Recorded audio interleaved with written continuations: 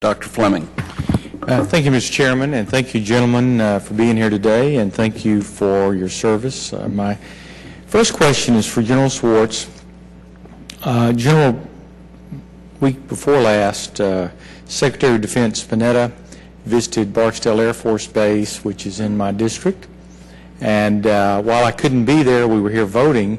My understanding is that he laid out a very positive plan for moving forward with our bomber platform, and in fact I met with Global Strike Command and the 8th Air Force this past Friday, and it looks like that nearly $300 million requested in FY13 and $6.3 billion is programmed through FY17.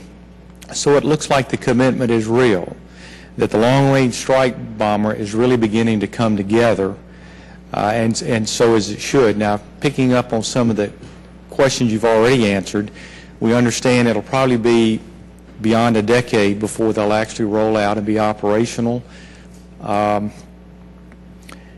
also know that they'll probably be at an estimated cost of $550 million each, and numbers as high as 100. That's all good to know, and certainly, and I'll give you a personal experience. About 6 months ago, I actually flew inside of a B-52, and it was a very interesting experience. Number one, it's a giant airplane, but it's very cramped on the inside. It's sort of like being inside of a cave or inside of a mine or perhaps a submarine. So it's jammed with a lot of stuff. And what's interesting, it has all of the old 1950s vintage dials and gauges and tubes, actually tubes, still in operation.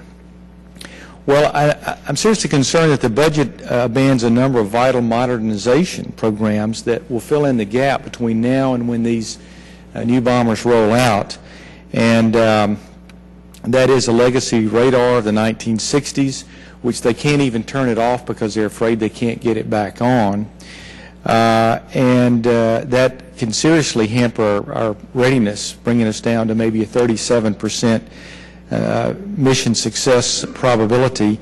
And also the EHF FAB-T program, which, as you know, is a communication with satellites receiving orders for nuclear deployment and missions.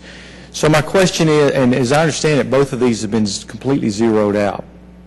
If you could respond to that, please. Sure. With respect to FAB-T, really that was a priority decision. And by the way, FAB-T is a terminal to allow communications with the new advanced, extremely high-frequency satellite protected communications architecture.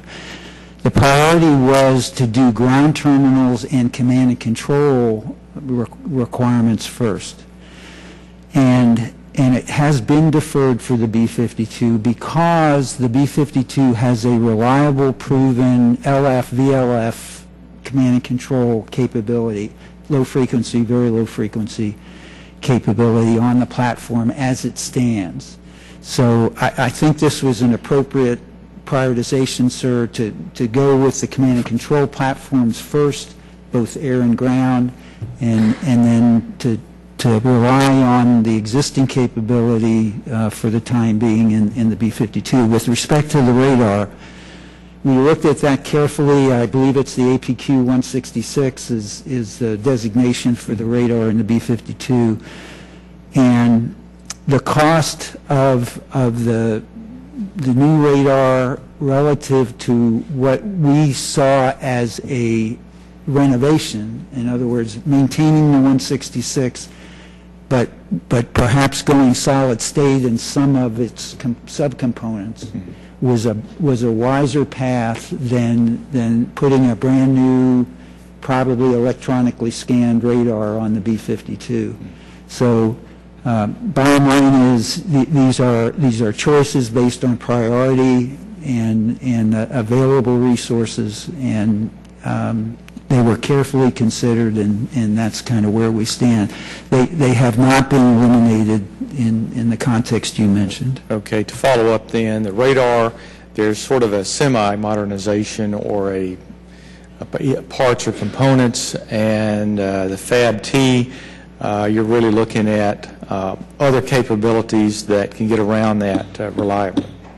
Thank you. Thank you, gentlemen.